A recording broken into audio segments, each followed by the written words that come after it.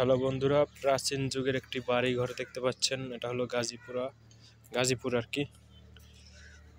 আদিম যুগের মানুষ এই মাটির ঘরে বসবাস করত। এখানে একটি পানির কূপ আছে। কূপটি প্রায় 42 বছরের পুরানো। আর একটি মাটির ঘর দেখা যাচ্ছে। এই সেই পানির কূপ। তারিখটা আপনাদেরকে দেখাই। তারিখটা দেখতে পাচ্ছেন 1983 সাল এবং তারিখ 2 তারিখ 5 মাস 1983 ইংরেজি। অনেক আগের মানুষের হাতের লেখা। 42 বছর পুরনো পানির কূপ, এখন বন্ধ করা আছে মুখটা। এবং এই যে বাড়ি, এটা হলো মাটির ঘর।